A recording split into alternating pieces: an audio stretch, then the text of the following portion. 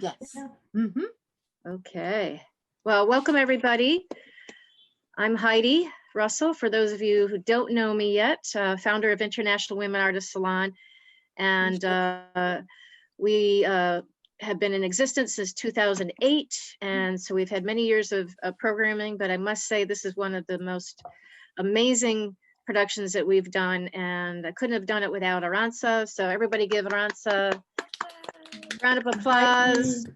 Great curating, we're a great team, and bringing together 50 women artists from all over the world, different disciplines. And it's just been such a pleasure and excitement and a thrill to be working with all of you who have joined us, artists that are in Spring Forward. And those of you who are other artists from the salon, welcome. It's great to see you again. And all of our guests. So thank you so much for being here today. This is the first of 4 talks for Spring Forward.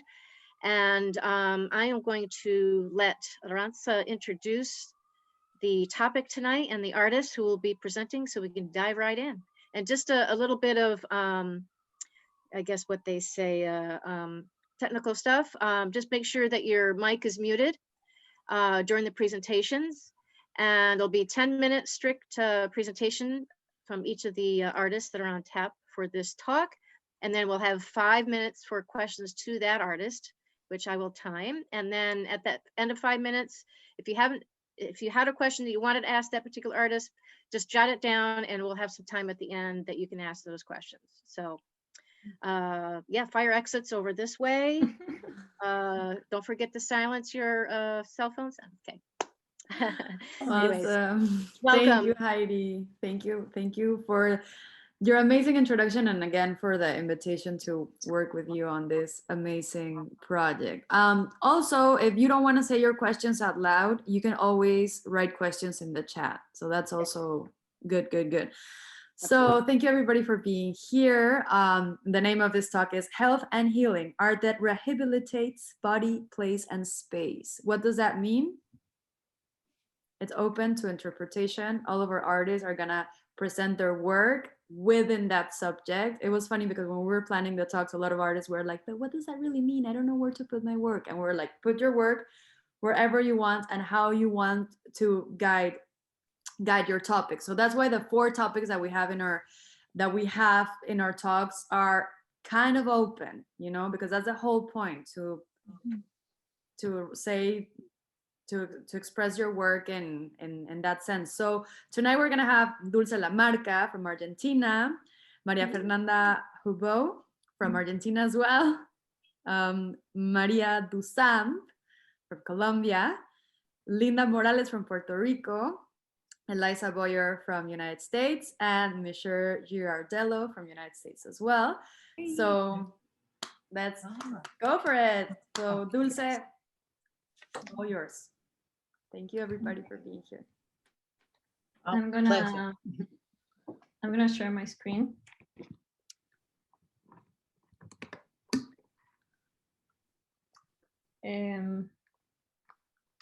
Okay, so bueno, thank you all for coming. My name is Dulce Lamarca.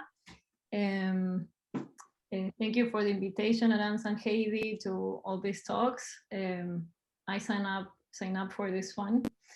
I think my work in general is very open-ended and it can have like different layers of meaning or interpretation, but it's interesting to see like how it will be approached through this lens. A bit about my background and who I am. I'm from Argentina. I studied art there, but I have always been very interested in other things. I also studied music, so my background is and psychology a bit. Like I'm interested in a lot of different things, but I did a bachelor in Argentina and then I moved here to do a master's in fine arts. And the talk of today, it's about health and healing. And I wanted to say that first, my approach to this, or how I think I have to talk more about what is health for me, or my experience with that, or how I interpret that work and the meaning. And I think in general, I have always been interested in the human condition and seeing health as consider the health as like a human, yes, as the human as a full. Sorry, I'm a bit nervous. Human as a full, and not like in general medicine, like academic medicine, that it explores like specific aspects and go into the details. I'm more interested in having the whole person and everything that entails. And I wanted to say that also, I think my experience working with terminally ill patients has deeply influenced me and my work. And so I think everything that is everything that one is interested in, it just bubbles up in the work. So I think that's important to consider, because accompanying people to die, it was a process. I did this for 3 years with different people in Argentina in a hospice, and it's not about trying to cure the illness. Like everyone that is there, actually, they are having no treatment for their disease or illness. They're just like trying to live there until they die. So it's about living the best way possible until you die. And this, I think, has deeply influenced me, and I think it's important for this talk, because I am in my work and in general in my life, like my intention is not to heal anyone. I mean, I'm not trying to heal with my work. And the same as the hospice work was, I think I'm more interested in accompanying a process, and also in exploring these philosophies and values and the things that everything that is between this thing, right? So I just wanna, so this talk is only 10 minutes presentation. I just want to focus on the video that I'm presenting in this exhibition, in one of them. So I'm gonna just show an excerpt, and then I'm gonna continue talking a bit more. Okay. Let me know if you can listen. It's just, there's all this pressure, you know? And sometimes it feels like it's right up on me, and I can just feel it, like literally feel it in my head, and it's relentless. And I don't know if it's going to stop. I mean, that's the thing that scares me the most, is that I don't know if it's ever going to stop.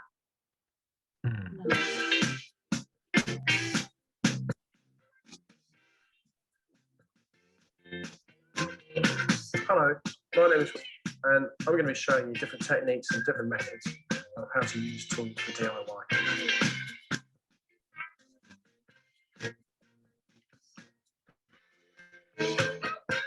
Today, we're going to learn how to hammer nails. Now, there are various different types of nails on the market, and depending on what we're actually going to be nailing to, depending on the nail that we're going to use, and to the hammer that we're going to use. Today, I've got various nails here that we're going to hammer into this piece of wood. One, a slightly bigger nail, smaller nails, and these are like what they call a lost head nail.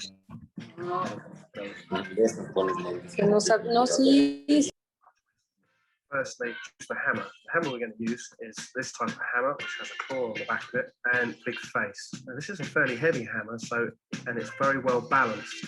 And but being well balanced means that it's much easier to. Okay, so can you hear me? Yes. Okay. I'm gonna just stop here because it's 10 minutes long, and so is this presentation. But so I think this work in general, it can be interpreted in a variety, as I was saying at the beginning. It's also about stereotypes, feminine and masculine. We have like literally a white male mansplaining how to use a hammer, like, and then like playing with the rhythm and humor and this wordplay between what a nail is, if it's like the nails of the hand, of the nail, all symbols that are very like Asian and like relatable to everyone, right? And I'm interested in this relativity, also in being relatable, that I think is something that humor has, and basically is based on that. I mean, it works if it's relatable and you understand what the basis of the joke is, or like what the person is talking about. And I think it's also the core of vulnerability and empathy, right? And like connecting with someone. So I think that's the beginning. of healing in a way, like being was a way of exploring the issue, right? And for me, I think again that other things that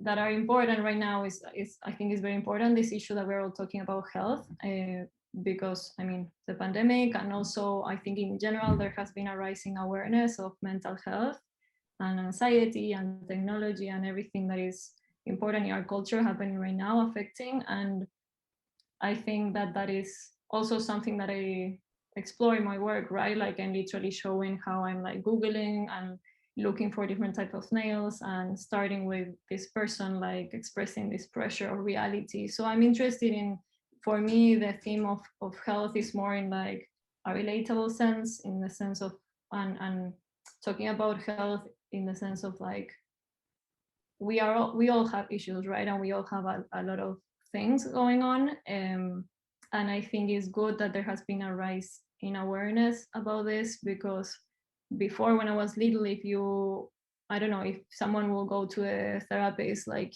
people will, I don't know, there will be way more like assumptions and judgmental issues around that. And right now, I think we are all more aware, and that yeah, this is just the pressure of reality. So my work talks more about that, like the anxiety that that can bring.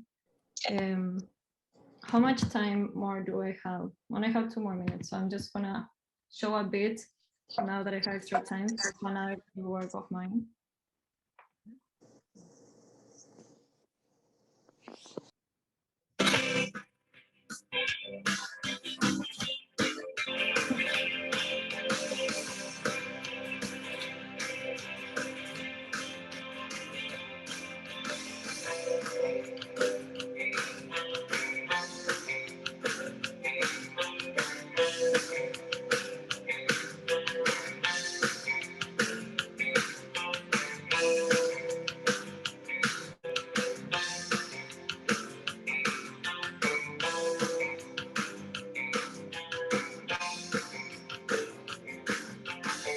I'll stop the world.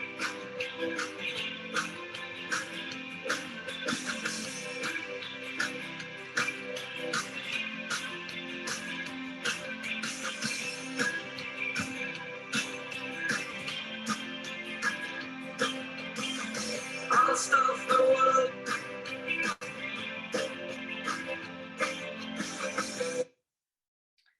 Okay, so that video is also on with this I end, but I had an extra minute. That video is about, yeah, this anxiety and this trying to stop the world and the impossibility of it. So I was exploring with other short little videos different impossibilities of achieving something and the poetic of that. And actually the way I presented this work was like with stress relief balls that are like balls in the shape of the earth. Because that is actually the word that is spinning in the video, right? So it's about like everyone will be holding a stress relief ball while seeing this video. And again, the humor aspect appearing like in the sound and the rhythm of like trying to stop the world and taking this deep like subject like an issue like and lighting it up a bit with a bit of humor. I think I could continue talking more, but I'm gonna end it here. So thank you so much for listening. And yeah, if you have any questions, like just unmute yourselves or start, you can comment or ask in the chat. Thank you, Dulce. Thank So you. yeah, yes, bravo. If someone has a question, if someone wants to, I mean, it doesn't have to be precisely a question, but if you want to like question something that Dulce said, this is for also for everyone. So please, we encourage you. This talks also, we want to encourage debate in a way. So go for it.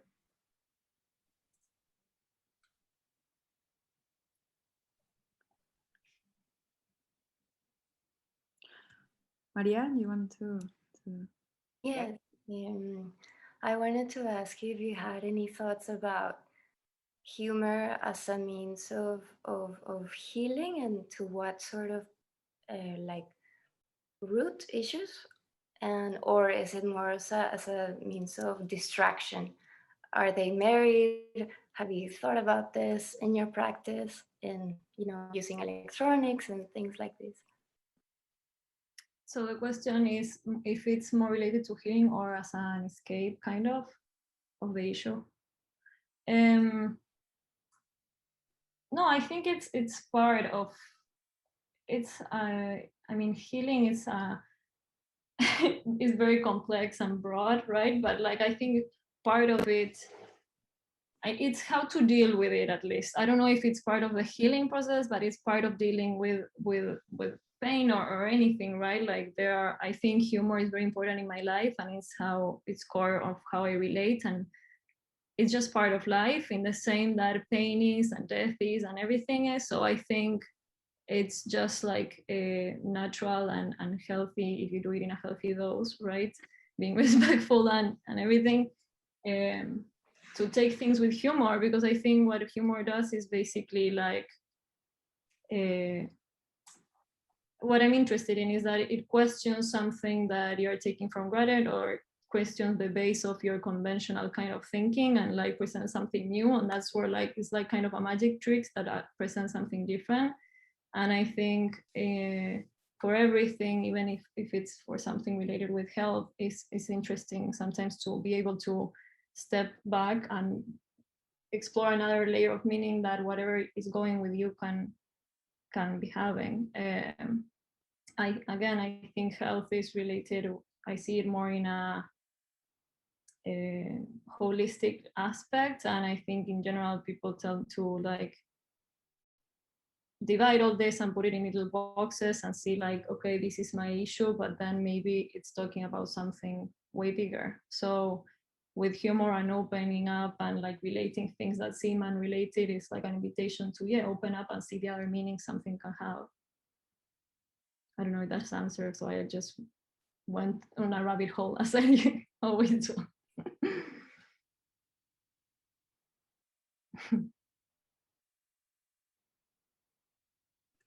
I think it made a lot of sense. I actually wrote 3 of the phrases that you said that are like that could work even as quotes. And one is, a way of healing is exploring the issue. I think that's very important.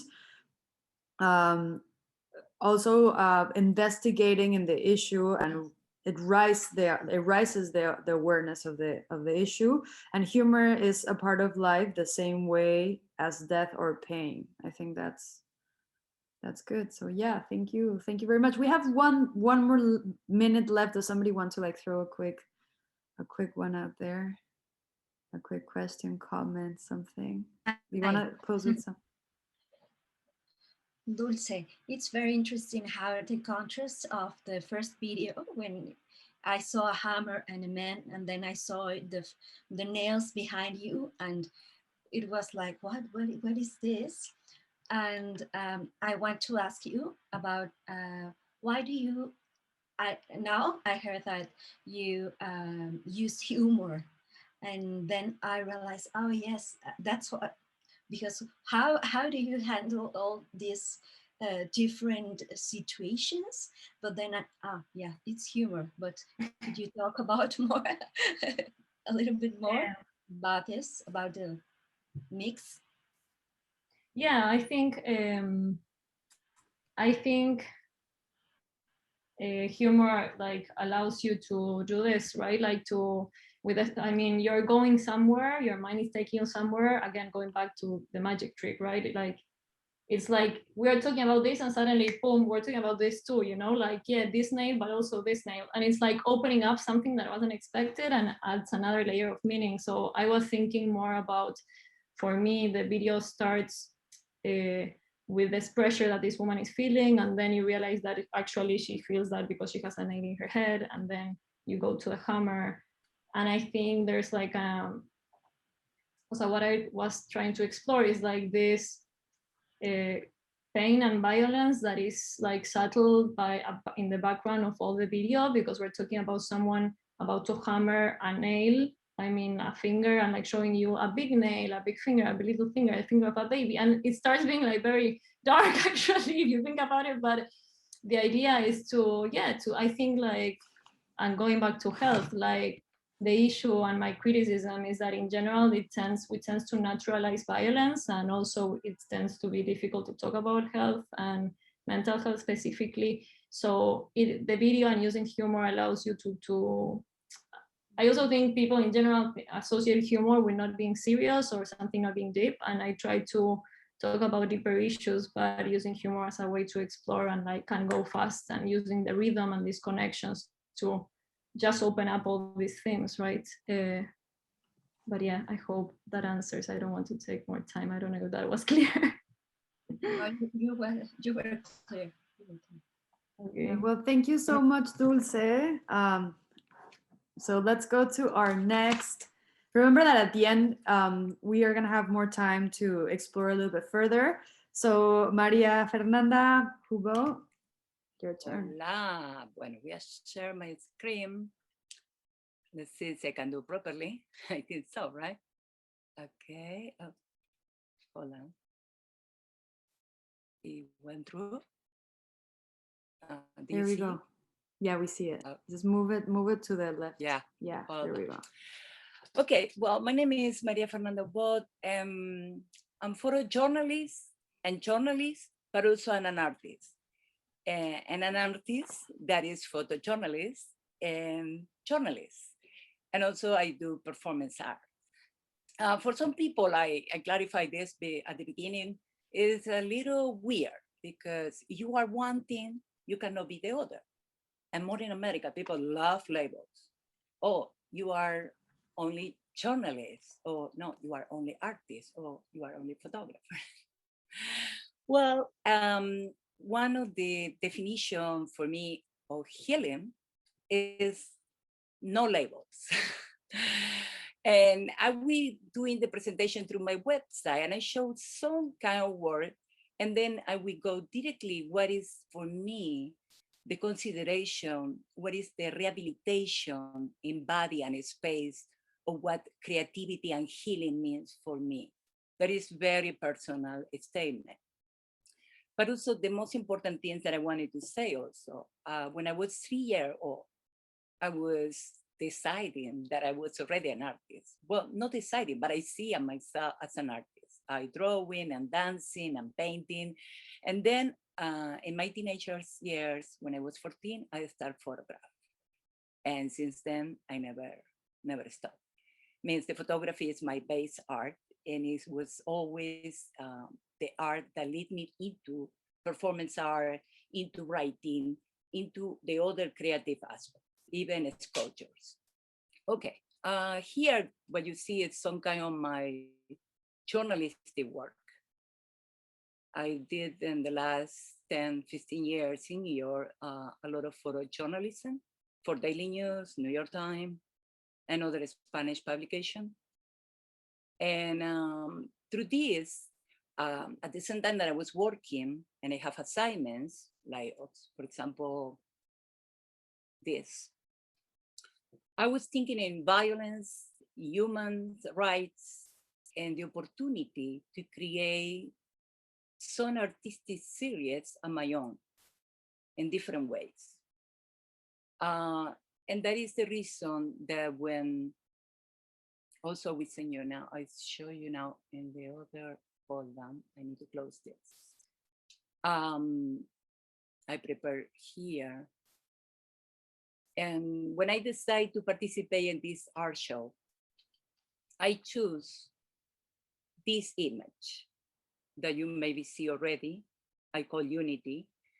This image, it was part of the other assignment that I do and I cover for a newspaper. It was in 2011 when the same-sex marriage, it was finally recognized in New York State.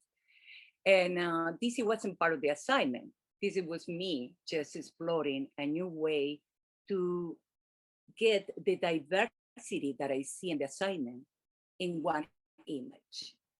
Because one of the things for me to create health and creativity It's how you create human value, how you really represent or reinforce the positive aspects of human life, how you empathize with the people. And I'm a very empathic person.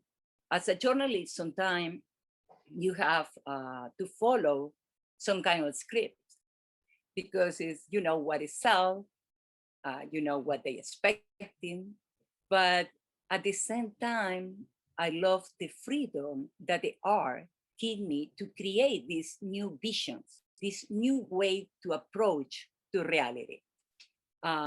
Also, let me show you first here.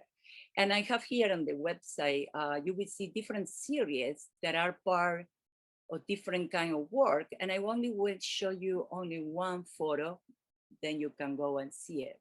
But for example, Rayuela is part of, this is me when I was a child, and this part of the a little performance that I created.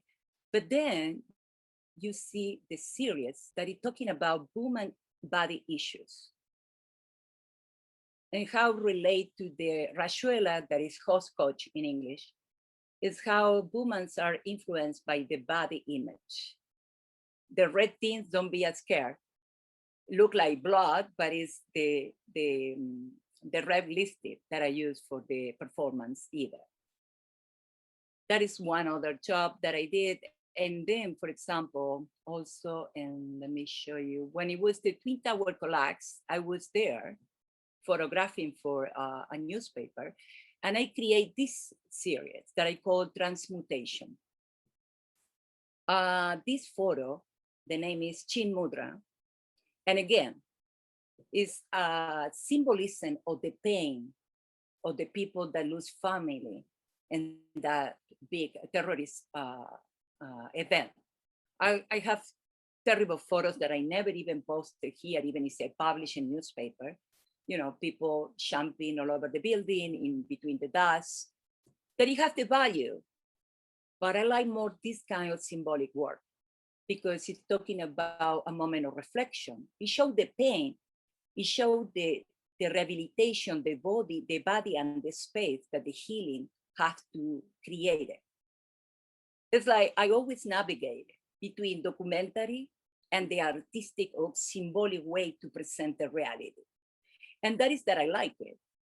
You as a viewer of my art, you have to decide what is the message that impact, what is the message that attracts you, what is the message that I can really create a new dialogue.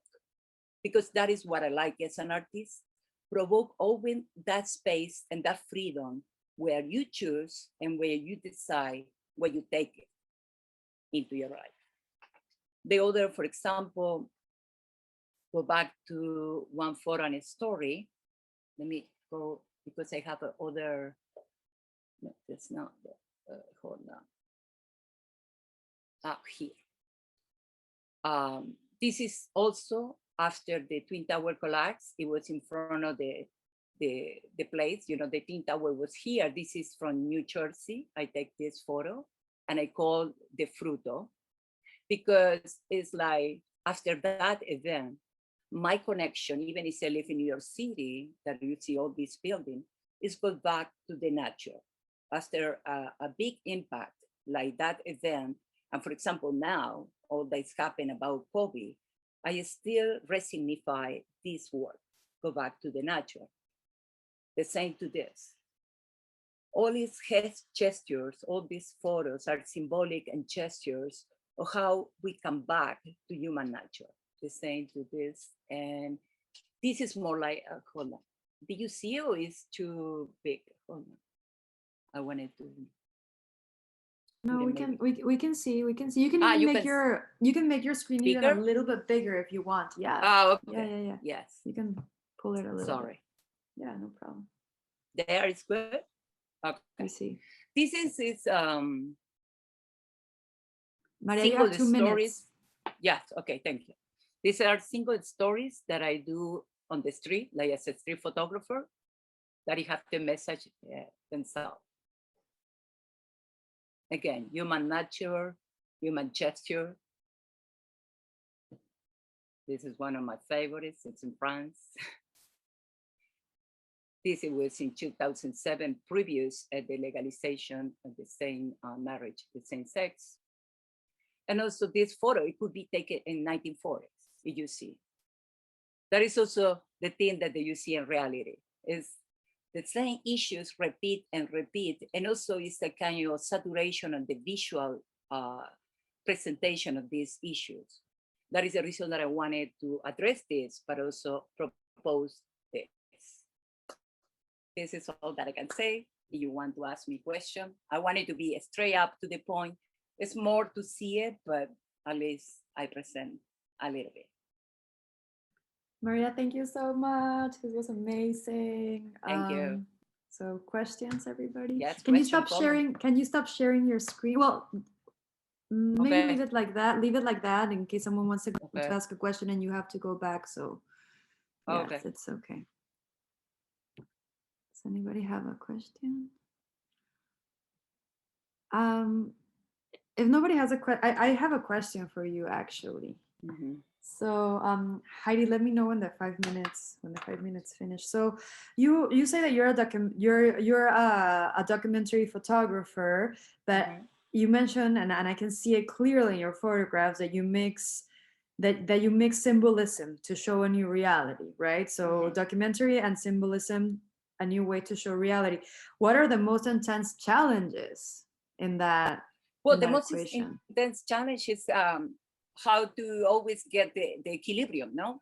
Be in the middle path. That is my philosophy and it's my spirituality, you know, because life is not all about, you know, big problems, you know, segregation, discrimination. That is true. It's part of the reality. As a woman, photographer, immigrant, I have an accent. I always feel also the discrimination, but my choice is I stay only that side, or also I convey and I create other kind of connection to really create a dialogue and create a change. What is my vision for change? And there is when my artistic influence and my artist way help me to create this. For some people, it's a little too much creation because they cannot really want to link it this. But for me, it was the journalism. It was my base. It's without the journalism, I don't will be the artist that I am. I'm very grateful to that reality. You know, sometimes the people think that the artists are very abstract and very all over the place. It's kind of imagination. They smoke, they drink, they only see the bohemian part of the artist. But I'm really hard worker artist. I have to create my journalism all the time because I'm still working. Well, last week, COVID is less work in photojournalism because also I decide don't be involved in that kind of saturation about this pandemic. And for me, it's now taking more over this kind of symbolism or artistic way to present my art. Thank you so much. I think it was a beautiful presentation. Your work is amazing and really deep and inspiring. Thank you so much. How are we It's doing very with... different, maybe. Maybe it's It's very great. different from what the people expecting. That's the whole point. I think that's the whole point, you know, in the differences where we see the magic sometimes. And also I am a very diverse person, and I want diversity in everywhere. I think we need to respect and embrace it, diversity. And I think your picture that you chose for the show expresses exactly that. Yeah. No, I think so. Well, thank you so much, Thank you. Maria. We're Nobody gonna go want to ask anyone anything? Do No. we have any more? I think we're Yes, a little bit out of time. Don't be no? shy. Let's wait for the Okay. end. So now we have our next Maria Dusamp. Okay, hold on. Oh yeah, you have to stop sharing your I screen. get out. Oh, I have to unmute you. No, do I? Oh wait. Can you hear me? Yes, we can hear you. Good, Oh, good, good. oh, great. Okay, it's my turn. Okay, let's do this. Hi, everyone. I'll let you know when you have 2 minutes left, okay? Okay, super. Thank you. I'm so happy to be here with all of you and to learn more about the pieces in the show. And let's do this. Let's just dive in. Let's just dive in. Can you see my screen? Yes? Yes. Okay, great. Listo. Okay. So hi, my name is Maria Dusamp. Today is the official launch of my artist name. I'm so happy to present my piece, Survivors, Intentions Drag. This is the piece that currently exists at the show. And this piece is part of a broader public sculpture project that I've made, and I plan to continue on making. As of now, it consists of 3 heads. It used to be 4, but now there are only 3. And each head is made out of different materials and different colors. So here you have oil-based clay. This one's made out of hydrocal and plaster. This one's epoxamite. And this is the one on the show, made out of aqua resin. And each one is it's a rough replication of a mold, but each one holds its own defects and intricacies that, in my mind, make them very different. So this is a little like process shots of the mold making. The rubber mold, and then you make the shell, and then you remove it. Anyhow, this whole project started with one of my first sculptural pieces ever, titled "The Strength and Vulnerabilities of Innocence." And the impetus of this work is I wanted to materialize my experience with trauma and make it visible to others,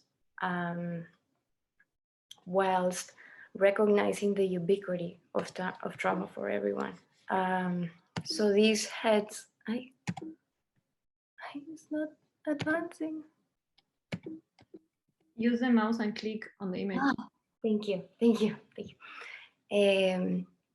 So these heads and the previous pieces, they all make part of a broader canon of work titled Reclaim Innocence. And it tries to resurface and bring to the mainframe what that experiences of abuse is after the event. Because often when we think of trauma, it's very easy to get caught up in the horrible aspect, in the salacious details, and in the lurid details that make it one worth to relive. But then after the effect, the event, it's usually a very isolating experience, and it's borne by yourself inside, and probably for the rest of our lives. It's something that, even though it might have happened within 20 seconds, a couple of years, it's something that we as survivors will have to carry on forever. And what is not really exalted or noted is it's the barrage of symptoms that you might be experiencing, like depression, suicide, living out of a false sense of self, intimacy issues. And what's worse is it's all shrouded quite often in shame and in guilt. So when I set out to make this project, what I really wanted to do was just to exalt that, to excise that experience. But I had no idea that I would be availing myself to a catharsis. Like, it was a very empowering moment for me to just put it out in the world. It was very difficult, but it made me realize that I'm here. You know, I'm a survivor, and I'm very proud of where I am and who I've become in spite of everything. But what's even better after making these works is that people started sharing their own stories of abuse, of their loved ones, of themselves, through different lenses, negligence or physical abuse. But it's still very muted and very personal, and it's very tender, and we can hold that very. But talking about it, ironically, is the way how we can shed that weight and that burden, and we can help each other, and more importantly, remind ourselves that we're not alone, that we're worthy of love. So with my hands, what I try to do is possibly just catalyze a conversation. They may seem like they're sinking. Okay, that wasn't the ideal picture for that. They may be sinking or emerging. At least I want to spur that intrigue in the viewers to make them wonder, why is it that their gaze is forlorn or detached, and create an opportunity to discuss these things and investigate what's happening and give prominence to the survivors and what they've done. And what I really wanted to do with this large scale format is, in a way, create like a memorial, ¿cómo se dice? Like a statue that commemorates those experiences, and that we can look at and feel proud and kinship with one another and sisterhood, because predominantly women have to carry the burden of this. So it's been really wonderful. It's been really wonderful seeing people interact with the work. This little lady was not happy when I told her that she couldn't climb it. If it had been the green one, maybe she would have. So what I've been trying to do is to insert her in as many different places as possible to hopefully catalyze these conversations or this intrigue. So I'm just so happy that I get to have it at the St. John's Spring Forward context. Because as you've seen, she's been in quite a few places, in homes, in the subway, in parks. And I just want to spread her message and remind ourselves to be kinder to ourselves, remind ourselves that we're not alone. And that's it. Thank you. Thank you. Can I say something? Yeah. Okay, Maria, thank you very much. I truly appreciate your work. I think it's great. I was also abused as a child, and I have the same sensation. By the way, I have a painting, like you say, my head was here, my body was there. And then all my construction, this year, even the separation eventually that I have between journalism and art, is part of the same that you represent there. But again, my question is beautiful. What is your integration? Because sometimes it looks like Dulce mentioned, beautiful, it can raising up or sinking. But my question to you is, where is that body? When it comes in the integration of that body? Because also to really healing the trauma, the integration, it has to show up in your art. It has to reunite in a new way, this two beautiful part of your being, because you are a whole being, no matter what. And you are very courageous.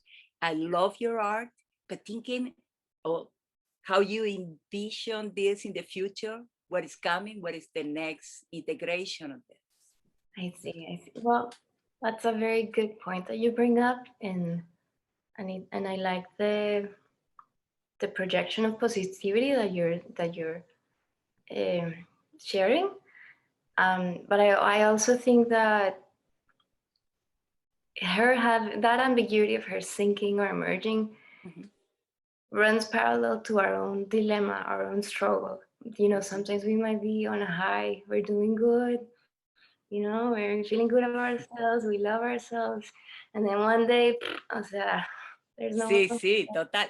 Pero justamente es esa fuerza del mismo trauma te va, en algún punto te tiene que unir. I understand that people, try, maybe you attract now, maybe people, and the people can go to the experience, can be identified with this. But again, my question to you is, I don't know, I feel that the real nation of your part is coming. I don't know if, see, by exhibiting a positive outlook outrightly, I feel like I might be erasing that struggle. And I don't want to do that. I want people to remember that and take note of it, because as I said, very often it happens alone, and some people never come to terms with it, and some people it's a process. It's process for Yes. everyone. I was very fortunate because I did this piece, and that catalyzed a whole range of healing for me. But I wonder if I had never done it, where would I be in my journey of healing? So I think it's important to commemorate that as well. No, it's beautiful. It is. It is very important. Thank you so much. Gracias. Thank you. Muchas gracias.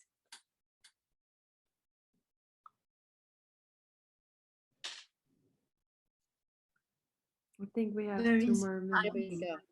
Very inspiring. Are there any other questions for Maria? It's a beautiful presentation and heartfelt. I wanted to ask Maria, when did she start creating these features? So the small figures Mm-hmm. started in 2018 and it culminated around 2020. And then the bigger heads, the big head that is in the space, I started in 2020. It was part of my thesis project at SVA, which I did with, Okay. some of the wonderful ladies in the show here. So, Okay, great. Thank you so much for sharing. Appreciate it. The whole concept. And I understand what you mean by everyone heals in different moments in different ways. And so some heal quicker, some heal slower. It's a process that only you personally could handle, everyone individually, so I understand what you mean. Thank you again. Are you continuing, Maria, to wanting to bring these pieces, other areas of the around, or? Yeah, I've been trying to make proposals to exhibit them, make a lot more of them, and perhaps exhibit them. I've been really wanting to exhibit them on top of rooftops. So there's a special location. I have the Knickerbocker train by me, and when you're in the station, the platform, you can see all these houses in Bushwick. So just wish I could plop one in each one, and because that would also contextualize them in the place of the home, where a lot of this childhood trauma happens. But in park, legally, that would be great. So hopefully. Well, we'll spread the word. Everybody, put your tentacles out to find some locations for Maria's. I give you my roof. You have my roof. Here we go. Thank you, Maria. This was Thank you so much. And so Linda Morales. Oh, hello. Yeah, so since I'm gonna be helping you with your presentation, Heidi, do you think you can do the timing for this one? I will. Okay, so let us know when we have 2 minutes, okay? And Linda, you let me know when you want to pass to the next slide, okay? Sure. Thank you so much. So, pleasure. Wait, let me see if I'm doing this correctly. Can everybody see my screen? Yes. Yes? Yes. Awesome. Okay, then it's all yours, Linda. You tell me when to say next and I'll change it. Thank you. Thank you so much. I just wanted to say thank you to both of you for putting the show together. It's an honor to be in the show with all these beautiful ladies, but especially because it's International Women's Month. And so I am very privileged to be in your show at this time. But mainly I wanted to focus on the pandemic. I am a photographer for over 30 years in the medical field. And so I wanted to give homage to all the frontline workers. And I wanted to show you photos of the extreme situation that they were put in. We were all asked to change our schedules.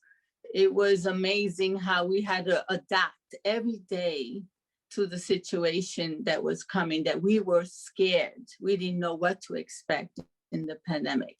And so I figured I put a couple of photos together so that you can get a little idea of our frontline workers, not only were they just nurses? They were doctors, housekeepers, pharmacists. It went from leadership. Everyone had to chip in wherever they were needed. We were all asked to switch our positions from one area to another just to help out. And it was a little scary, if I may say so, when it's an epidemic that you've never been involved in. And so, Esperanza, I'm gonna ask you to show the first slide. Mhm. Oh, these are the ladies that I work with. The first slide, yes. This has to do with, nurses were asked to test your own coworkers. We had to test everyone who wanted to be tested. So we had to test them to see if they were, they had the COVID. And then we also had to do antibody tests. So this is one of the nurses that helped with all the other ones that were testing. The next slide. We also had to be tested as we came into the facility, temperature-wise. And so if they asked you questions, if you've been around anyone, if you felt ill. So it wasn't just checking your temperature. You also had to answer a couple of questions if you traveled. So that was one of the other issues when you came in. Even if you went out for your lunch break, you had to come back in and get tested. Now, this photo was, unfortunately, all the ER doctors and nurses were extremely, extremely busy, 24/7. They had to work long hour shifts and no days off, pretty much, just to help out with the pandemic. And they took nurses from other areas. They had to recruit nurses that had retired to help out because we were so overwhelmed. Next slide. We were so overwhelmed that they brought in the Army and the Navy, the military, to help us out. And we were so grateful to them. They were called rock and roll. That's what they called themselves. And they really helped us out. And they were so happy to be with us because they knew how much we appreciated them to helping us out throughout the epidemic. Next slide. So it affected the pharmacy. Everyone had to chip in the pharmacy field because the drugs that were needed, it was incredible how much drugs they needed to help out with all the patients. And so they had to change their shifts as well, 24/7. The next slide. Now this is, unfortunately, a lot of nurses had to be the ones to help, not only physically, but also emotionally, because we knew that, unfortunately, the parents couldn't come and see their loved ones. And so it was extremely overwhelming emotionally for all the nurses as well, and the doctors. And that's why I took this one. Next slide. We had to transfer a lot of patients from one location to another to get checked. And so there was always a lot of, it wasn't one person. You had to have a team to be able to do this and to transfer patients from one location to another. And so this is the most critical area, which was the MICU, where we had a lot of doctors extremely working hard to try to cope with the more extreme cases that we had at the hospital, which is called the MIC unit. And so they were also very busy. Next slide. We had the respiratory team who had to come in, as you know, to get the machines to help out patients that were extremely severe. And so they also had to come in and work 24/7 because we only had so many respiratory team members to help out in the hospital. And so this was one of them helping out one of the patients. Unfortunately, the patients who did not make it, we had the military would come in and help with the patients. And as you can see, it was a team effort in order to help out when unfortunately a patient didn't make it in the hospital. Usually it was like a good 6, 8 people to help out in this situation. Throughout the hospital, patients, the doctors and nurses were all scared. So everybody was worried about themselves, but also worried about a family member getting sick. So everyone was wearing cap and gowns from top to bottom. You had to wear the gloves, 2 gloves, the shoes.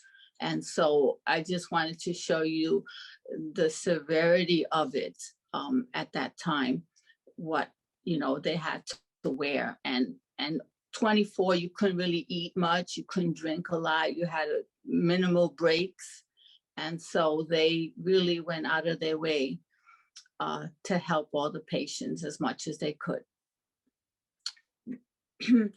We would have people come in and transport. When a patient was able to leave the facility, that's when they would come in and escort the patient out, either to a nursing home, because when you left and you had COVID, sometimes you weren't well enough to go home. You had to go to a rehab facility so they can continue taking care of you. So you could teach you how to walk again. Some patients were so severe. And so this photo was taken when they were leaving the facility. Next slide, please. I just wanted to show a lot of people were very grateful to all the nurses and doctors. And so they would make out beautiful thank you cards. And so that was very morale, pick up their morale, because they needed it with what they were doing. And so that they were so grateful to receive the thank you cards. They came from schools, and people mailed in from all over the world cards saying thank you to all the facility workers. And so that's when I took this photo. I wanted to document it because at work, I do most of the photographs for our newsletter, and I do the work for our booklets, marketing. And so I wanted to document what our staff went through the pandemic. Next slide. This is just showing you that it takes a team to run the facility. And so everyone chipped in from, like I mentioned, the respiratory, housekeeping, all the doctors and nurses, the dietitians who bought the food, everyone had to chip in. And so I just wanted to show you that everyone is essential. And as this is a facility, this also pertains to family. As you all know, we all had to, we were all worried, not just for ourselves, but our family abroad and nearby who we couldn't see. And so that also pertained to the staff who unfortunately couldn't see their family members sometimes because they were worried that they would get them sick. So they would send them to family members so they could watch over their kids. Okay, thank you. And one more minute. Thank you so much, Rosanda. I just wanted to say, this is mostly the work that I do at the hospital, and I love it. I don't just do the pandemic, as you can tell. I also do all the events. I'm on the public relations, so I cover medical as well as events for the magazines, for the newspapers. And I love my job. I've been photographing for over 30 years. And like I said, Rolanda and Haiti, thank you so much for having me on your show. I really appreciate it, and collaborating with all the other beautiful artists. Thank you. If anyone has any questions. Thank you, Linda. Floor is open.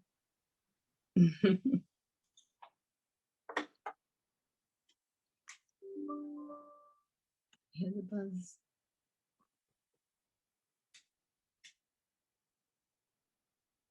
Well, thank you again. Like I said, it was a pleasure. Anybody have a question for Linda? Well, I could also add that I don't do. I don't have a Go- question, but I wanted to definitely thank you for, keeping a level mind to be able to document all that you did. I really Thank you. appreciate that. Yeah, it was a little scary, but I wanted to do it, to show what they went through. Thank you so much. I really, it was scary, but I felt that I needed to do it. Thank you. Thank you so much, Linda. Thank you, It's, Linda. it's amazing. I'm so happy that you decided to participate in this talk, because I was excited. Thank you for having me. So let's go with Eliza. Yes. Let me just share my screen. Yes.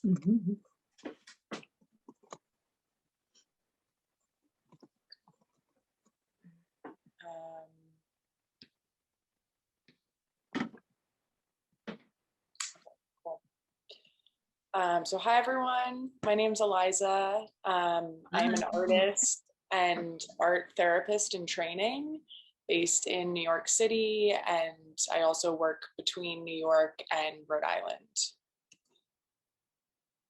And so these are some shots of work that I started in grad school with a bunch of the other women in this talk and in this show at SVA. And it was here that I started getting into soft sculpture and more installation-based work. I'm really interested in creating installations and environments that kind of depict these internal, invisible things going on inside of our brains and inside of our bodies. So a lot of the forms and just things that I draw inspiration from are like veins, roots, any like bodily systems, disease organisms, all these kind of natural, flowy systems, really. And so, so this is a shot of the first iteration of my installation, and it's really supposed to be this like 3D immersive representation of kind of anxiety in the body and what that might look like. So I use these spandex materials that are these iridescent, bright, reflective. You can see all the different colors of the rainbow. It's a very alluring and the visually alluring and tactilely, they're really nice to touch. They're full of polyfill, so they're really soft. And, I encourage people to get in the work and kind of find the comfort within this chaotic setup. And so within all of that, my work always has space to grow and change. And as this project that's called Present Abnormal, as it's grown over time, and each time I show it, it's always a different rendition, and it gives me a chance to kind of just keep playing and exploring form and, revisiting the process, which for me is so much of the work, is just the process and the reassembling the work, and then kind of letting it free to the public to see how people want to interact and kind of, find their comfort in the work. And so with all of this, I started thinking more about my own struggles with mental illness, anxiety, depression, all those things, and really thinking about how art has been so helpful for me for a practice, and I've experienced the healing benefits from it. And it's something that, especially this past year with the pandemic and the Black Lives movement and everything going on, I really wanted to do something with my art that was also going to help other people and let other people realize the healing benefits from it. And so I kind of combine both my practices of psychology and art, and I'm now studying art therapy. So I'm back at SVA, which has been really nice, but a downside to being back in school right now is obviously everything's remote with the pandemic. So I've not been able to kind of integrate my work into my practice as much as I was hoping.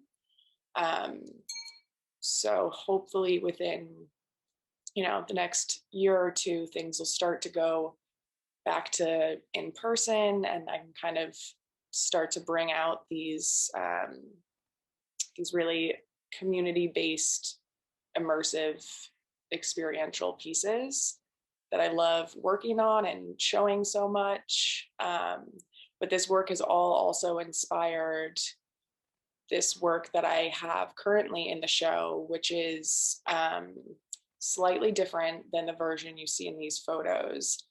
But basically, this work is talking about reflection and growth and the capacity for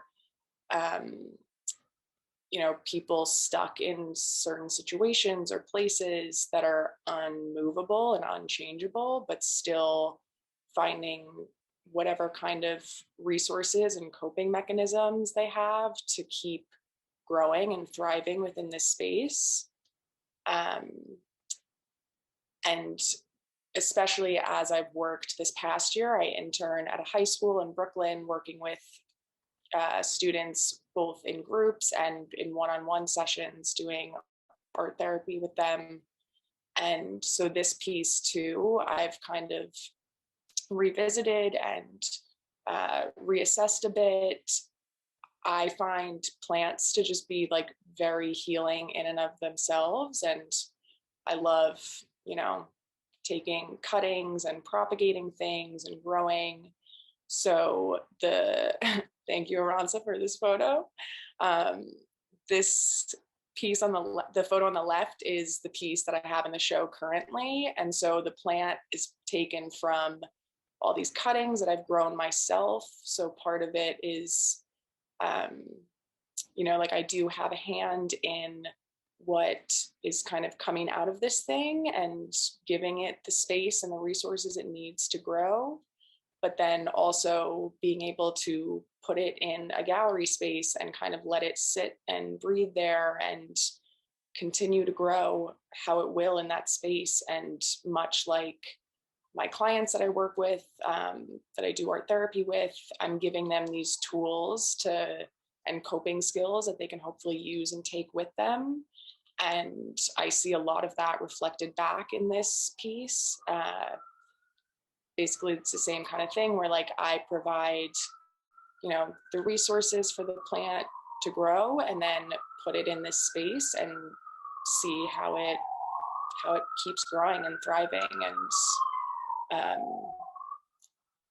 this past year, I've seen just so much strength and resilience from the students that I work with and the school community that I'm based in. And it's just been so encouraging to be able to talk to them about my own work and these things that I'm hoping to bring into the art therapy space, but also learning from this community. And it's been great to 2 minutes. It's been great to be in this communal space, sharing art with people who are wanting to receive it in a therapeutic way as well. And that is kind of all I had to share for tonight. Thank you so much to Heidi and Aranza for including me, and to all the other women in this show. I'm so happy and fortunate to be a part of this, and thank you so much for organizing these talks too. This has been great.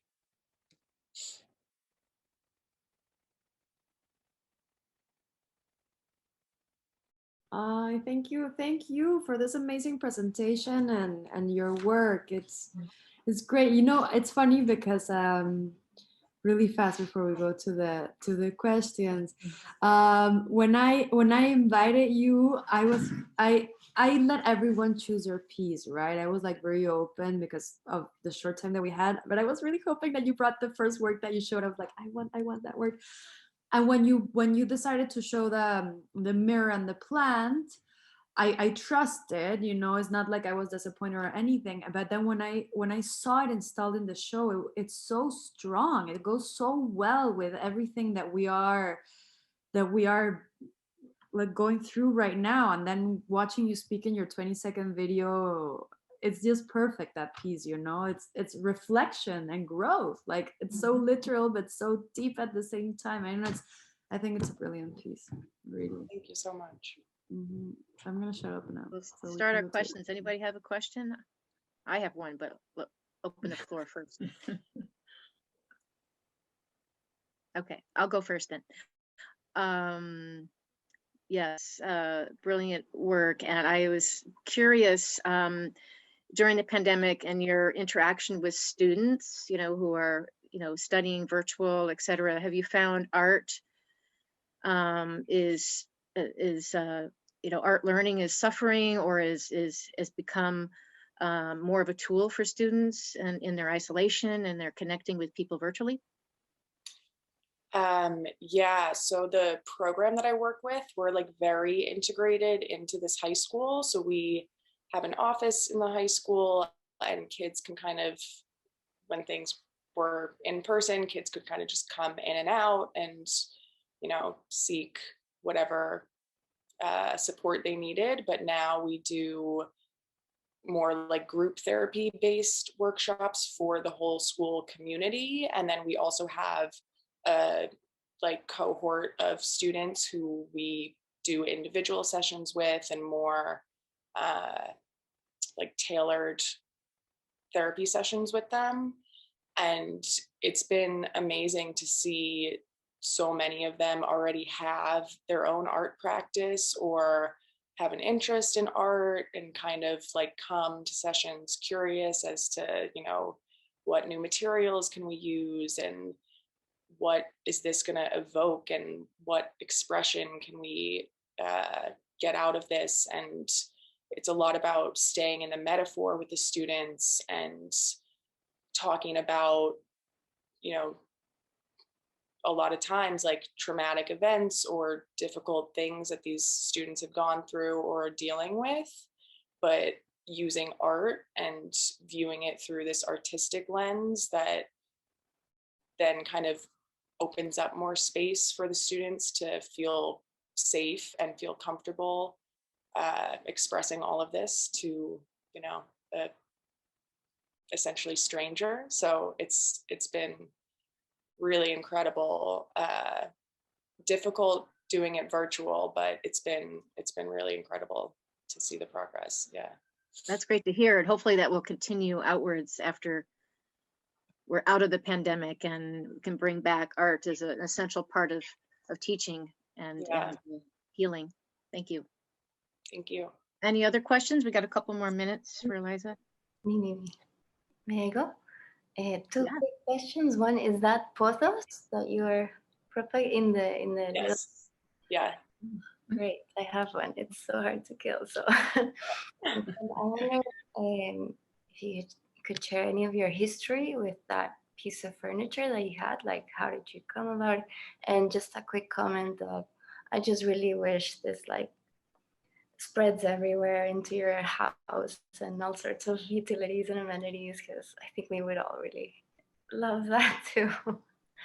Yeah, I mean, I actually found this ottoman when I was at SVA the first time at a thrift store, like right around And the mirror that I have hanging in the show right now, I like got from some vintage store on Etsy. So everything is thrifted and secondhand. So it's, you know, has their own histories tied to them. And I could say a lot more, but for keeping it to time, yeah, they're thrifted pieces. So I like to incorporate already existing pieces into the work as well. Did you make the hole on the piece, or it was already broken? I cut the hole into it, yeah. I cut the hole. I can say something, Eliza. I love the touchable aspect of your work because really trauma heal. One of the aspects, the healing and trauma, also an study trauma and art right now. I will be certified in Albany University. It's about touch. And right now we are confined. Yeah, we see each another, but we touch and we touch. This is rigid and the plant is alive. And, you know, care, growing, transplant is really the essence of healing and connect. Thank you very much for that. Thank you. Can I ask a question? Sure. Liz? Yeah, I was curious, what age group do you usually work with? Or does it vary, or usually you pertain to younger children or adults as well? I just this year started working at a high school. So for my work that I've been doing in art therapy, I've only worked with high schoolers. I've done a few other group projects with adult women. And then in my past, I've like taught kids and worked with kids and done that kind of stuff. So yeah, I've worked with a range, but. Okay, yeah, I was wondering. Do they also mention music at all when you are, I was wondering. Yeah, music and drama therapy are like all kind of intertwined within these creative arts therapies, which has been really fun to learn about too. Yeah. Thank you so much for sharing. Thank you. Thank you, Eliza. This is amazing. So, oh my God, I can't believe time went so fast. I just looked at my list and we have Michelle, and then there's, I can't believe it's been such a good evening that time flew. Wow. Yeah, interesting. Yeah, so Michelle, all yours. Go for it, my love. Hi, can you hear me okay? Yes. We can hear you. Okay.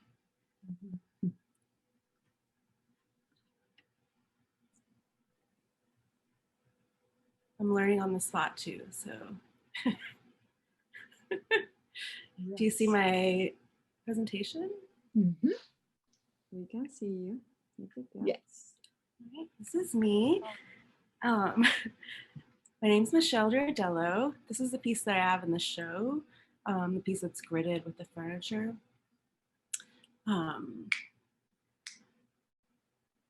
For me, the way I kind of approached this talk was to look at my work through the lens of healing, which I think for me specifically, it wasn't until grad school that I really looked at myself through trauma and like really identified as that.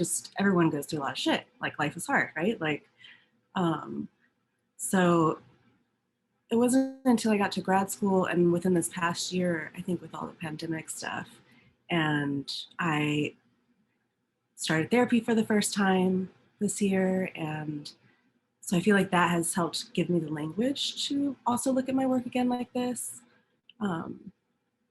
So for me, a lot of my work has to deal with the domestic space, which is great to come after that piece that Eliza just made. And I love that she uses like older materials and stuff, because I love bringing things in that have a memory already, and then you have to like work with their memory. So that has to do a lot with the dollhouse furniture. Actually, I just found this vintage dollhouse furniture at the flea market, and the role that it played for me really was to start taking stock of things that make a home. I feel like I had a very nomadic young life. I come from a single mom who got around a lot, and so the idea of home was nothing that was never really something tactile that I experienced. So I feel like it's not until my adult life where I started like really forming my own home and really questioning what a home is and how far we can push that. So this is work from my digital pinhole series, and this is really more reflecting on like healing of space. So the healing of space and place. I've designed this digital pinhole camera, and if you know any camera talk, we have a lot of photographers in here, so I feel like you kind of are familiar with my language. But I make this small pinhole camera, and I make these little sets out of dollhouse furniture. And then I project the natural environment from found scenes onto my set. In some of the set pieces, you'll see that I kind of like made the molds and made them out of wax, and that refers a lot in my work to time. And so these places are places that have been really important to me and really informative on my sense of self. And the domestic spaces kind of serve as like the brain and your memories and the different locations, how they kind of impress on them and build your sense of understanding of self and how you relate. Since I got out of grad school, the figure has been introduced into my work. I don't think I was like avoiding it before, but I do feel like it was absent. And I personified a lot of the furniture pieces, and like also like the inventory grid that's in the show, I feel like is like portraits of the furniture. So last summer, really started thinking more directly about how the human body and the queer body specifically engages with space and how we negotiate with our surroundings. And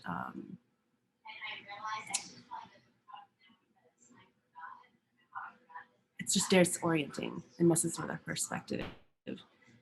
And this project actually started, I didn't bring a lot of materials to the residency. I was like, I'm gonna let this place and these people inform me. And I did bring like a few like little miniature chairs. Couldn't help myself. And then on the grounds of the residency, I went and collected all these big size chairs that matched my little size chairs. And that's something that I do a lot in my work. And in inventory, actually, you can see I kind of replace some of the miniature objects with life-size objects just to kind of like push that uncertainty of what you see. And I had set up this situation in my studio, this installation of chairs, and Chris, who's the woman pictured here, who does a lot of somatic healing and movement into her own work, just asked if she could put her body in my space. And this was born, and it really informed my work so much. After this, I then invited like other residents into the space and kind of recorded, and just watching how everyone navigated and negotiated their own space, and then we would have multiple people come in and see what they did. And that's kind of what informed this series of work that I have going on with one of my collaborators, Zach. A lot of you guys know. Then we went to grad school, and we attended the residency together.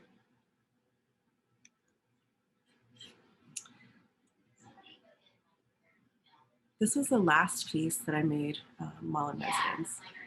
And really goes back to, I think Maria was saying, the first Maria was saying something about the multiplicity of self, and that really spoke to me and directly to this piece. And I think a lot in trying to figure out who I am and how I relate to space, and a lot of it was just realizing that I can exist in a multitude of different ways, and that I am all these things, and all these things are me. And I don't have to do or be one thing. And this also like started my love for wigs, which I now like wear regularly and integrate into my regular life. And I love that. This is my most latest stuff. During quarantine, I started crocheting. That's my quarantine skill. And I had problems focusing on like what my artwork would be, and how I would combine my crocheting with my photography. And that's how this was born. And it kind of like, I'm morphing with the space, and had a bit of anxiety at that time. And I think you can kind of feel that, and in the pulsating of everything. But I did also, am I doing okay on time, Aranza? Yeah. Okay. Sorry, I muted you instead of muting myself. You have 3 minutes. Wait a sec. Sorry. Wait a sec. Let me unmute you. I unmuted you instead of unmute. There we go. Yeah, you have 3 minutes. Bueno? Okay. I just wanted to end the talk with kind of how I've helped keep my head above water a little bit within the past year, and things that I've done, and kind of open that. Also, I think being the last one, we can all kind of share, though everyone kind of has a little bit. But some things that helped keep me afloat during the pandemic was my crocheting. And then I started like just crocheting domestic things and scarves and like sending them to people. And I felt like that was like a way that I was with them. That's kind of the dialogue I'm having in my head about it anyway. And I did a lot of collaborations. One was with another healer, which I think Eliza has met. This is one of my former students, Nicole. So if you were in my class, you might know her. She's a former student. Now we're really close friends, and she is also studying art therapy and healing arts. And I met with her last summer, and kind of navigating through my mental health, and I was already grieving when the pandemic started. So I was like really dealing with some shit. Everyone was dealing with some shit, but no one's as heavier. I don't mean to say that. But it was just compounded and just was really lost. And in the end, what Nicole and I ended up doing was participating in this visual dialogue every day, and responded to each other every day for a month. And I feel like that really just helped to get me out of my stuckness. It helped me to see again, to realize that I like seeing, I like making shit. Like, this is who you are, Michelle. Like, we worked really hard. And so that's something that really helped. And we wanted to start carrying that project on again. I also just recently started working for this platform out of San Francisco. Literally, this is like my first week with them, but I just wanted to like share the resource. These are 30 seconds, share it, and it's fine. Sure. I just want to share this resource. It's 2 other artists in San Francisco, creative people, and they've started this online platform for creative people, artists, to come and just help keep each other accountable. And they meet like once or twice a week. They start out with a meditation. They work for an hour or 2, and then like come back at the end and just like, what'd you do? I did this. What did you do? And I think it just really helped, certainly with the like lacking of intimacy a lot during the pandemic. So I think they're amazing. So can you put the link on the chat for everybody, please? Yes. Thank you so. And they do like workshops and stuff and classes and stuff. It's cool. Thank you. So let's go with 5 minutes for Michelle, and then after that we can like open up for everyone else to ask anybody else or chat or comment and everything. Thank you so much. Okay, so any questions? I have a question for Michelle, because she's a photographer too, right? Yes. Yeah. Okay, let me ask a question, Michelle. How you relate to this new practice, the crochet, that I love it, that is also very touchable. And when I see this, it's like you create your own nest, your protection is touchable and also connect with others. But how you integrate your photography, because you document in your work, but in terms of as a photographer, to create a concept in image, and that, how you reconcile these two? I think that's a conversation that I'm having a lot with myself. I have actually a photo to show you. I'm going to go back to sharing really quick. What I'm doing now. So I have been collaborating with Zach again, who I went to the residency with. And I added like a cool, like, oh, this is what I'm working on slide. I forgot to show you. So what I've started doing, and I don't know if you're familiar with Sheila Pepe's work. She crochets. She's a queer artist. Yes. I'm just gonna pull up my Photoshop. Can you see that? No, My not yet. Photoshop? I think No. what happens with screen sharing is you have to, when you go Yeah, to the share, full you have screen. to choose exactly what you're gonna share because Zoom is not like smart Yeah. enough to, like grab everything. Oh. Yeah, I'm so lost. Okay. I want to see That's it. okay. I know. How can I? Michelle, I think if you just stop sharing Yeah, and then maybe. Yeah. go back into share screen, it'll give you the option and you can click on the. Of which one to Gracias, choose? Lisa. Oh, yes. Thank you, baby. I'm just opening my Photoshop because, like, Oh, no. Oh, yeah. You got it. Oh, I love do you see Zach? Yeah. Yeah. Yep. Okay. So I've started crocheting these kind of environmental things. I'm literally like editing them, like we're meeting tomorrow. And looking at the images. And the installation is just going to keep building. I love And it. so we realized in the first part, like, oh no, I want more. Like, I want them to be like growing out of it. And what I'm working on now is like, it's going to be attached to the body. So that they can pull on it more and engage a little bit more with it. So I'm really excited to see where this goes. I'm just going to make a shitload of them and just keep playing and see what happens. Very This interesting. is like so new within the week. So thank you. I was like been so curious myself, like how the hell are these two things going to talk? I have like crocheted like the interior of for my pinhole. I've done that too. Like I don't know, like a yarn drawing crochet thing. And I'm going to make that the set to my little miniature thing. So Beautiful. Thank you for sharing, Michelle. I'm sorry I asked thank you. you. Awesome. No, it's good. I was excited to show these. No one's seen them yet. Oh, thank you. great. Awesome. So, yeah, Muchas thank gracias. you. I love it. I love it. So we have a minute and a half for your questions. Zach is like an artwork by himself. Yes. Yeah, I'm feeling, guys, I'm like, guys, I'm feeling like really, there's another one. We'll just like do the minute like this. We'll just give you more eye candy because they're like beautiful. Love it. Fantastic. I mean, look at, Oh, look at, oh, beautiful. I love so it. now I'm just gonna like make some stuff. I just made them like a net corset too. So I'm just like crocheting Zachary. Where you learn all wardrobe. these crochet techniques? It's amazing. I'm like, thank you, YouTube. You taught me to crochet. Yeah, I think you need to teach me now. My grandmother is not here. Come on.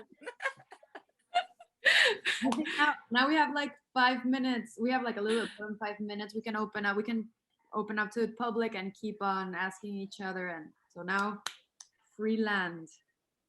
I have other question for Lisa. Lisa, ¿dónde está? Lisa? Unshare your screen, Michelle, if you could. Lisa, yeah. Thank you so much, Mitch. This was awesome. I love this new work.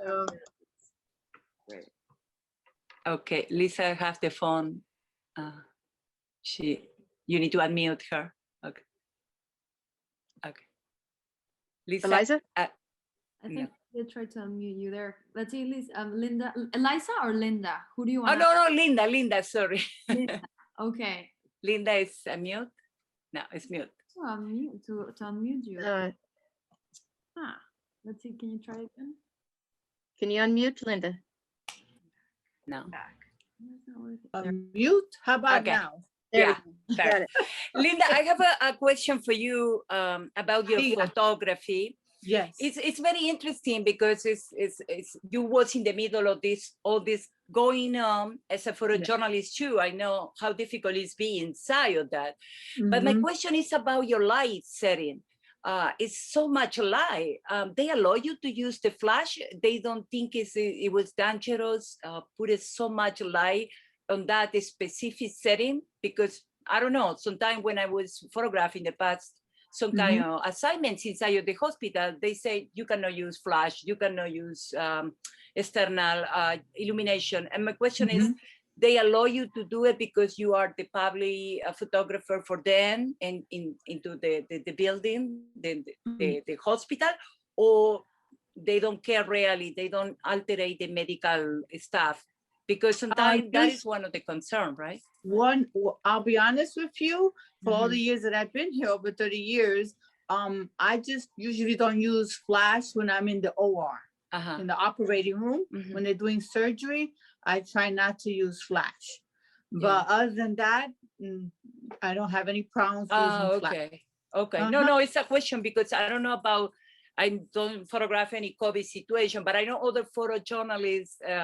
This guy was in North Carolina and they don't allow to use flash. They only have to have high speed and shadows because they say that is very, distracting to the doctors, and also it will alter more the patient. That it was my question. No, usually when I'm asked to do an assignment, it's told in advance, and I usually use flash unless it's a particular patient where it might affect them. Other than that, I use flash all the time. Oh, okay, thank you. I don't have an issue. No, my pleasure. You're welcome. My battery is dying, so I have to hurry up.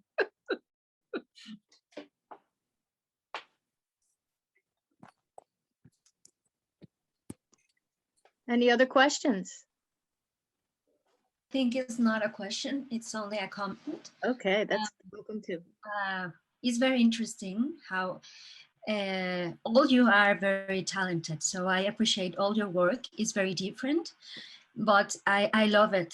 So keep it doing. And it's for me as an artist too, I understand healing as looking myself in the work of the artist, because through the work I recognize myself and my emotions, and I think that that's a power thing that art has. And please keep doing what are you doing, because it's amazing. I'm very touched about that, and also that you are a woman. So for me it's like nourishing myself, and you are inspiring me to do things. So thank you, Aranza. Thank you. Thank you, Priscilla. You're a wonderful singer, right? That's your art. No, that's your main art, singing, right? Yes. Nice. Yeah, Priscilla. Priscilla. Okay, I wasn't sure. Nice to meet Maybe, hopefully, maybe at the will you be? Are you in New York? Are you stationed in New York? No, I live in Mexico City. Oh, The lucky one. No, I was hoping maybe you go to the closing. We can hear you sing. maybe soon, when all things it's get better. over. Yeah, when it's over. Hope.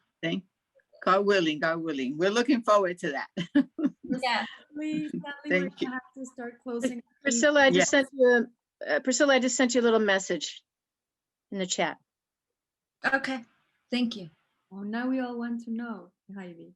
I just wanted her to send what she just said, because I'd love to have that a quote for our social media and website, just how important the arts are for our public, whether they're artists or non-artists, and how we can put ourselves into someone else's artwork and get in touch with our feelings and our what we experience and from our own parameters and foibles or whatnot. So I loved what you said. Yeah, I was totally kidding, but I'm happy that I made you say it out loud, because that was beautiful. Thank you, Well, everybody. Would this be on YouTube as well, or no? I'm not sure. Yeah, we're planning to put it on the International Women's Salon YouTube. Okay. It's gonna be recorded. We encourage all of you to join us for the rest of the month. We have amazing things coming up, and yeah, it would be lovely that you can come support the other artists if you want to, keep connecting. And yeah, the closing of our show is going to be the 31st. We're excited about that. We'll throw more information about that later. This Sunday, the gallery is going to be open from 5:30 to 9 p.m. So Heidi and me are going to be there. If you want to pass by and give us a hug, because of course we are in difficult times. And yeah, have a little chat, bring us a soda, whatever. Like, yeah, you're welcome. And you could also do it via FaceTime. We can meet you in the gallery via FaceTime, and we'll hang out there. So if you're not here. Yeah, so thank I'll you. probably go the following Saturday, the 27th. Amazing. Yeah, we're I'll gonna probably go that. Yeah, so this Sunday and also ours the following Sunday, Saturday and Sunday. Yeah. Well, everybody, I wanted to thank you guys because I really appreciate meeting everybody. Thank you, Myra, for joining us. Yeah, I'm really happy that I got to hear.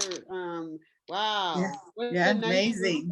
Yeah. Myra's Thank you. a great artist in the show as well. Yes. Yeah.